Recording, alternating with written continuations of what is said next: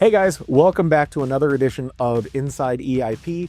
Today I've got TB with us and he is our auditor.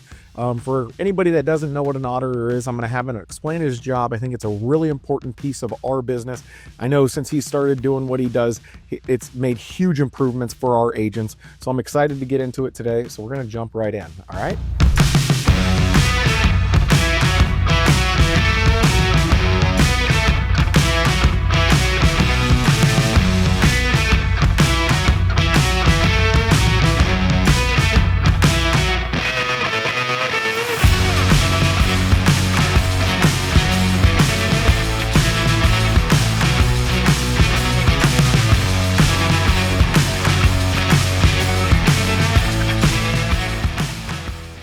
So TV, thanks for coming on. I'm excited to have you. As I mentioned, we spoke the other day, and after our conversation, you and I hadn't really spoken very much before, but I asked you, what is your job at EIP? I know you're always in the mix. So you started to describe it, and I didn't really understand what an auditor was. And so I want to know, describe it for everybody, because maybe this is something that other agencies need to implement.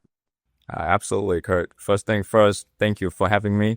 So my job title is sales coordinator, and what I'm doing the most of the time is I audit all the agents' call to make sure that they follow proper process in the call from the beginning to the end and anything from between. So basically, that's most of the time that I'm going to spend here at EIP, listening to calls and find out area of opportunity for the agents to improve. And sometimes if they're missing any key crucial part like an SCP, or they miss the reason for underwriting, and I spot them, I will supply those for the direct supervisor, and they will coaching the agents on so they can improve on their next call. So you're auditing the call for a couple different things, if I remember correctly. It's not just compliance, but it's the tonality. Go into all the different facets of what you do. I know the very beginning of a call is extremely important to us at EIP. Kind of describe that process for me. What are the things you look for? Yes. So after trial and errors, we'll figure out that mainly the first 40 seconds of the call is very important. That's what determine how the agent can get in the door. So this is what I very focus on in the beginning of the call, is the introduction of the agent. So they have to be able to have a good tonality and pace, so it sounds welcoming on the phone. So to keep the client on the phone with them longer. So that is the first part of what I'm doing mostly. So it's making sure they make the right impression from the very beginning, and just making sure that they're sticking to our script and being compliant, mentioning the correct things. Yes, sir. So what we're looking for in the intro is they have to be verbatim, because we are a scripted call center, and they have to have the right tone, tonality, and pace. Sometimes voice inflections as well as what I'm looking at to be able to score the intro. So if somebody's talking a little too fast like that, we want to slow them down a little bit, make sure that the client can understand them. So we're looking for everything from not just are we using the right words, but how we're saying the words. That's very right. The how to say it correctly is very important. So recently we had training for the whole floor, and we mainly focusing on is how to say the intro the right way, with the right tone and the right pace. And what we found out so far is the first, 30 to 40 seconds, like I mentioned earlier, is very important. So the whole introduction has to last between 30 to 34 seconds. So that is the sweet spot for the intro, where all of the agents must hit to get past the, we call it get in the door rate. So with the right tone and pace, we found out that our get in the door rate has increased a lot after the training. So that is what the metric that we focus mainly on. Okay. And now when you're auditing calls, are you auditing just our newer agents calls, or are you auditing all the calls. Well, I'm sure you can't audit all the calls. We've got, I don't even know, 80 plus agents, 90 agents, something like that now. So are you auditing just new agents, or do you also audit our more senior agents? So technically, I'm involved with all the floors here at EIP. So I'm in charge of auditing the Medicare senior agents, also life as well, and also for the nesting agent for both sides, Medicare and life. So basically, senior agents and nesting agent all together. And just basically, my daily is depends on what we're focusing more on. That's where I'm going to spend most of the time with. And every time when I'm done with the report, I will send that out to the direct supervisors, whether it's senior supervisors or the nesting training supervisors, so they can coach the agent better. Now, I know that there's a big focus on making sure that our agents are obviously staying compliant. But what are, besides that, I mean, everybody knows about compliance and having to, read certain things. Besides that, are we focused on asking about ancillary products, focusing on setting follow-up appointments or anything like that? What are some of the key highlights that you look for? Absolutely. So that's a great question. So not only we audits call for the compliance part and area of opportunity for the agent to improve, we also making sure that they have the ancillary attached with the core policies. So on a daily basis, this is what I'm doing for the ancillary is I will have to make sure that the agent have the right pitch for ancillaries, whether it's DVH, HI, accident plan, whatever it may be. If the agent doesn't do it correctly, I will reopen up the op, and that will be placed directly into the dialer. And the agent supposed to call the clients back to sell ancillary if they missed that the day before. And we, of course, we're a sales organization, so we sell. But I think a big part of it is it's just simply asking, making sure the clients know that the product is available. It's not really all that hard of a pitch, but we find by just simply making sure that our agents ask, that we have a significantly higher attach rate than before you started, doing these audits. Is that right?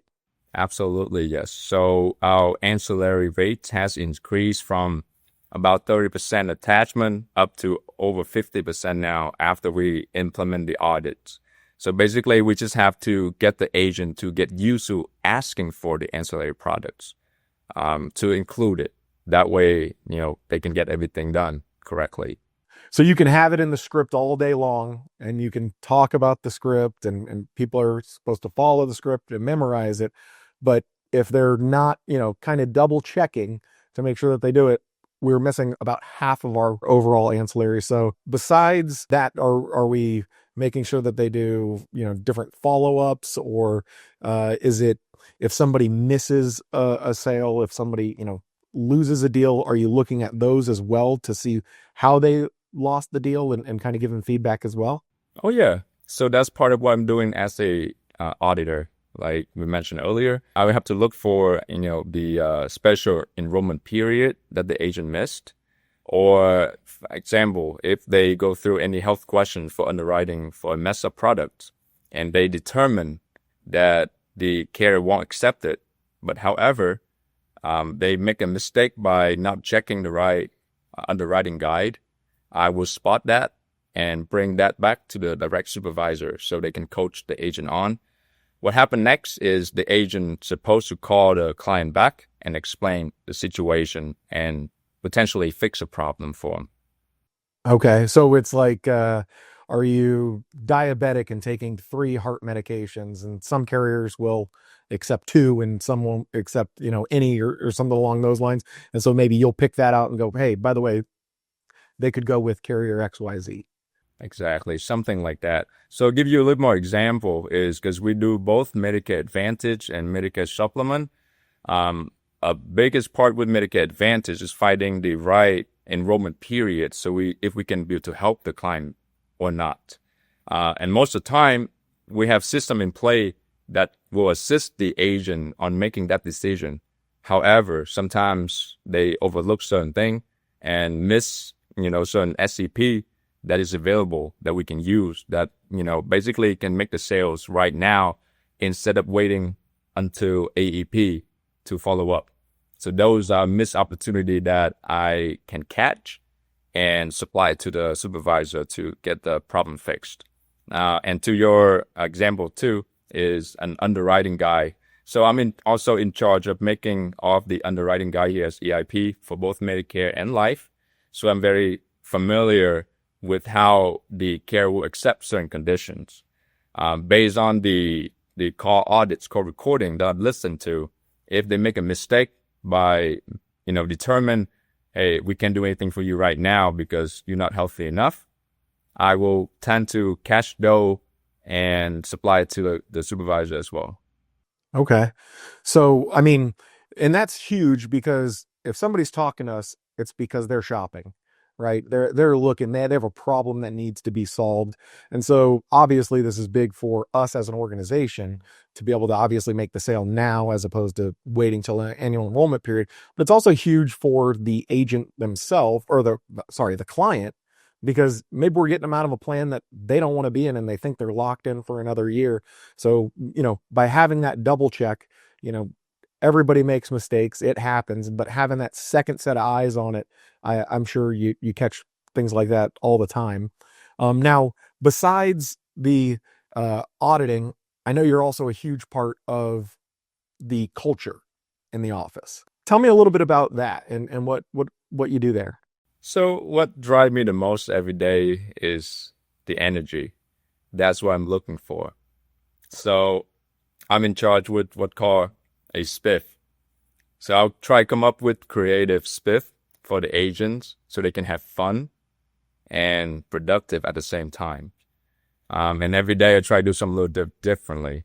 So it's don't get repetitive. For example, a few things I've done before is I kind of host some of the tournament where we use a Switch console where we play Mario Kart or Super Smash Bros. And things like that. That like every time, let's say the agents make a sales, they can put their name into the ring, and they get if they get chosen, they will come up and play the game, and if they win, they can bring home some extra cash or extra money. Other spiff that I do is a supervisor card collectors.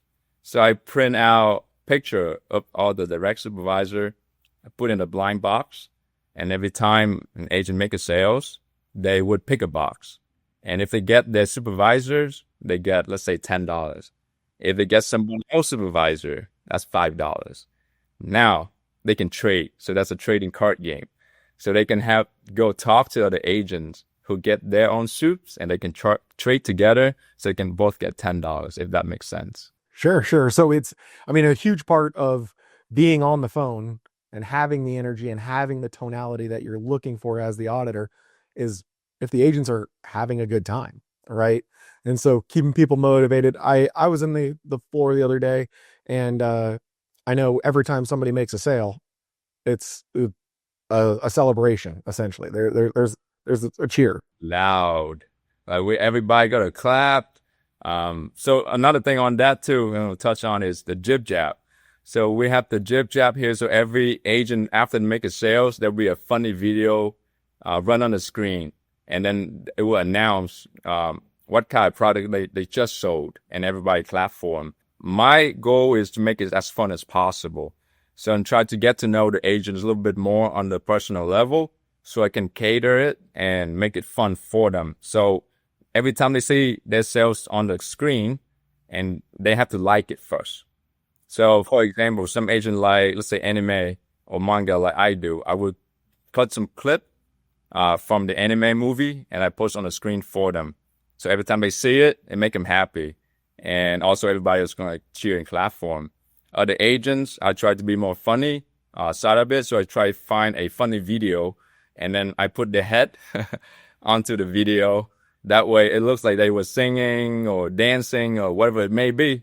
But it looks fun at the same time where they make a sales. Okay. Now, with it being loud, I was in there, it was clapping and everything. Yeah, I see you're wearing headphones. Do you ever catch that noise in the audits, or do the microphones pretty much cut all that out? So it depends on the agent and where they were sitting as well.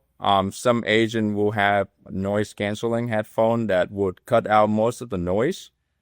Some other agents enjoy it, so they would have it on the call. So when I listen to the call and then hear cheering and clapping, and the client was asking, "Oh, what's going on in the office?" And we're just like, "Yeah, we're having fun here, helping other people out." So that's the thing that we go into. Nice. So you've got a response for for just about everything. Right? Like either we have a birthday party in the office or anything like that, so they can just explain it, all the loud noise here. Now, let's step back to the audits again. How often are you catching where somebody maybe misses to ask somebody about an ancillary product, ask them about their dental or their, a cancer policy or a hospital indemnity? Is it frequent? Or I know you said our sales have essentially doubled in that regard, but are you still catching people in that regard? I do that on a daily basis on the ancillary audits for both floor. Just make sure that they either pitching the ancillary or they have to do it the right way. So we call it a drive-by pitch. We don't want that. We don't want just ask a simple question. Would you like to have a DVH pair with this? We want to make sure that the agent have to explain it in a way will create values to include ancillary products with the core policy. So for example, if someone have a MAPD plan and they have high hospital costs, we have to pair a hospital indemnity plan with the plan. That way it would cover all the gaps for the client. And at the same time, we help the client out on that sense, but the agent can sell more ancillary product to the same client, if that makes sense. Okay. And so even though our sales has gone up, it's still an important thing to constantly be reminding the agents and getting them better. I'm sure over time they probably get better at it, but I bet, there's also times where you kind of fall out of the habit. And so you got to just kind of stay on it and make sure that they're getting every opportunity to make sure the client's getting, all the service that they need. So what we learned so far on that is we have to always keep an eye out for every little things to make sure that the agents are doing the right thing all the time. Just because they were doing good last month doesn't mean that they continue to do good this month. So my role here is to make sure that they stay on process. And that's the key thing here that we keep track of is process. And it helped my job so much easier too if they stay on process. The reason is I can listen to the call, fast forward to certain amount of the call, and be able to tell which part of the script they stay on. If they skip it, if they go too fast, for example, that's something that we're looking at as well. Okay. So like 20 minutes in, they should be at a certain part in the pitch, and you kind of can judge it that way. So it's more complicated than that. Like in the beginning, the only time we gauge the length of time where the agent should stay in is the introduction. It has to be good. And then the key part that I'm looking for right now for both Medicare and Life is fact findings and building rapport, which tend to be in the first 10 to 20 minutes of the call. It depends on the situation, depends on the clients. It could be shorter, it could be longer. But what I'm looking for in this part of the call is make sure the agent have what called a true pain point before moving forward. So the agent have to understand the reason behind why the client on the phone with them, what was the problem, what was bothering them the most, to help them out. Because a lot of time, if we skip on fact findings and building rapport, it's going to be like every other call center or agencies. What make EIP stand out is we make them feel like they being heard. They talk to the real person on the line of the call, and make sure that we understand why they needed the help, and that we can present a solution at the end to make sure that the closing rates go up. So make sure that they're actively listening, and not talking past the client. I know I had an agent in the past that worked for me, and he tended to just talk past the clients. He would go right into the pitch, tell them the price, and he was like, I don't know what's going on. And so it was one of those things that he wasn't listening to why the person was calling. And so a big part was we had to coach him over and over again. And then he finally kind of got the hang of it. This is the issue that I'm having. And so how important is active listening in the audit? Do you sometimes catch where an agent just completely misses a very important detail? And then is that something that you're going to trigger a reason for them to give the client a call back? So in that sense, active listening is kind of tied in. They got to be active listening in the entire call. So like I said earlier, the main part of the call that the agent must focusing on is doing the right fact findings by asking the right questions. Deeper questions on the, go deeper than the surface level just to get the information that they need. And at the same times, then they have to be able to tie back. So from the fact finding to closing, it had to be tied together in the way that makes sense for the client to make the decision on the same day. We try to get a one call close is that we're looking for majority of the time if we can. With there are two different stories. For Medicare side, there's a follow-up process that we make as well. So we don't really try to close them so hard on that first call. If we can, that's great. So efficient time for the agent. Now we talk about life insurance. With life is emotional sales. So the building rapport is very important with life agents. And we found out so far is the follow-up contact rate is very bad on the life side. So we have to make sure that everything is done right on the very first call to be able to get everything done when they first talk to the client, by make them feel uncomfortable talking about the pain, because that's what life insurance is about. But it's not a high pressure situation. It's more making them aware, okay, this is why, and the reason that you're looking for life insurance is because you want to solve this problem. And sometimes that's a painful conversation to have. I know I've talked to other people, and one of my friends, I was like, dude, you got 2 kids. You've got to, you need the life insurance. Like, let's get it in place. And, he's like, I don't want to talk about it. Because people think that when they talk about life insurance, it's like they're going to die or something. And it's not the way it works, but it does feel, you have to think through that process. And so it makes sense that it is, kind of digging into those things. So you're looking for the one call close, or on the Medicare side, it's not as much pressure, but I think for the most part, a one call close is very common. And I was just thinking about buying a cell phone. I don't need to go in 3 or 4 times. I want to get it done. And I think that's also true for clients when it comes to their insurance. Like, do I want to think about insurance for 5 days? No, I want to solve this task, right? And so really, it's ultimately better for the client when they get it done in one call. And so I think that's also an aspect to think about, because some people think that it's a little pushy, but we're not trying to be pushy. We're just trying to solve the problem as quickly as possible for the person, because it's not something that you really do need to think about. This isn't buying a house or buying a car, right? It's getting life insurance. It's getting health insurance. And so focusing on that and making the agents better is an important aspect. What would you say is the number one thing that you catch that kind of stands out to you, that tends to be kind of an across the board most common issue with agents? So with the agents, I would say for newer agents, we'll more pay attention to the introduction and how they sound on the phone. That's what we focus most on, the new agents. For senior agents, we focus on a little bit different things here. Basically, because they have more experience. So with senior agents, what we do is have to make sure that they follow proper process that we do here. which is, like I mentioned, I'm going to sound like a broken record, but fact findings, building report, and also the education is also important for us at EIP as well.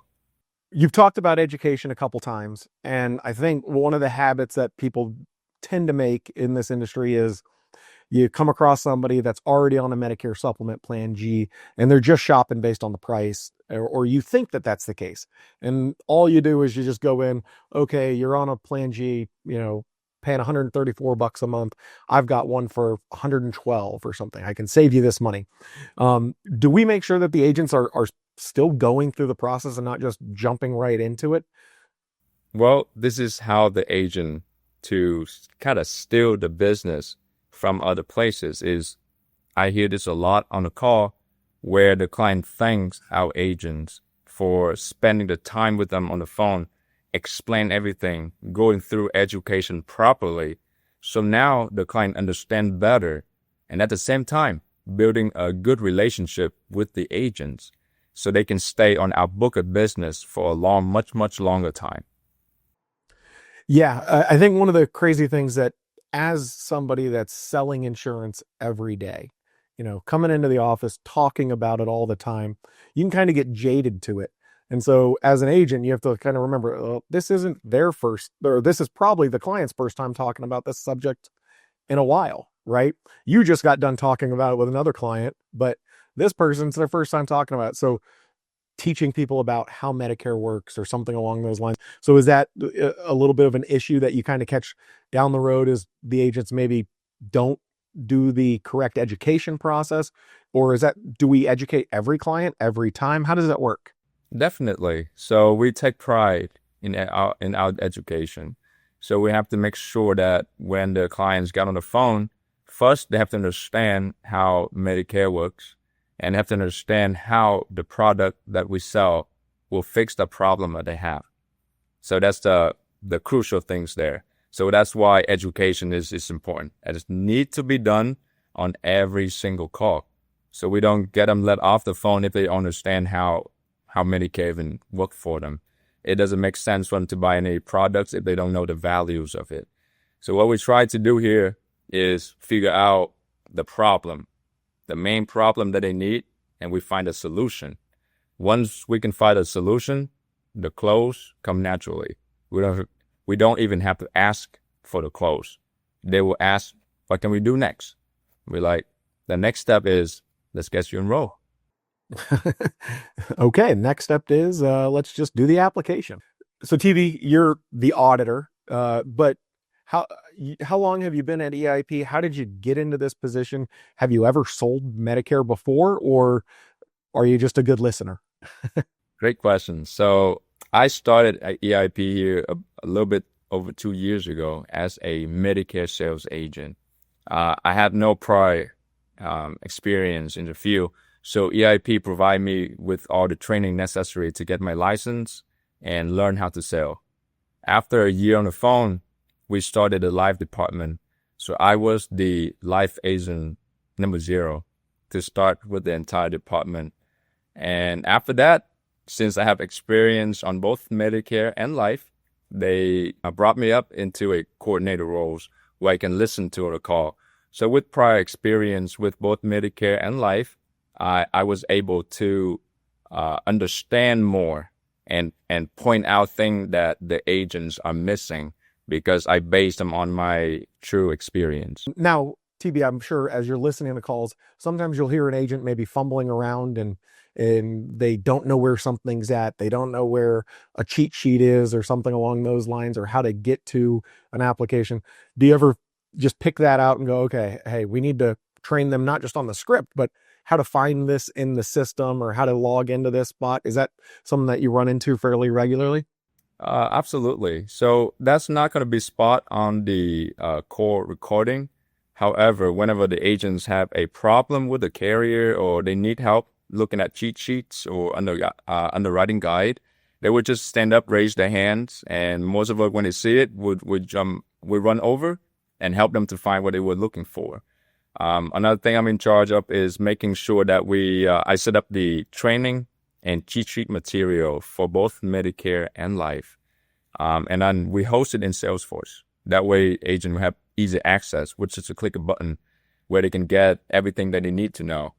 One of the key cheat sheets that we use here is the carrier cheat sheets that will tell you whether they take a credit card payment, how the e-signature works, and things like that. So one page with all the information they need to know, like birthday rule, any certain state that have different rules than other states in terms of Medicare. That way they have all the knowledge and understanding how to go about with the applications. Okay. Now, we've gone over a bunch today. Besides everything we've talked about today, what's the one thing that you think people in our industry are missing, not talking about enough? I would say in terms of Medicare, we take pride in our education, and that's the thing that is mostly missing elsewhere.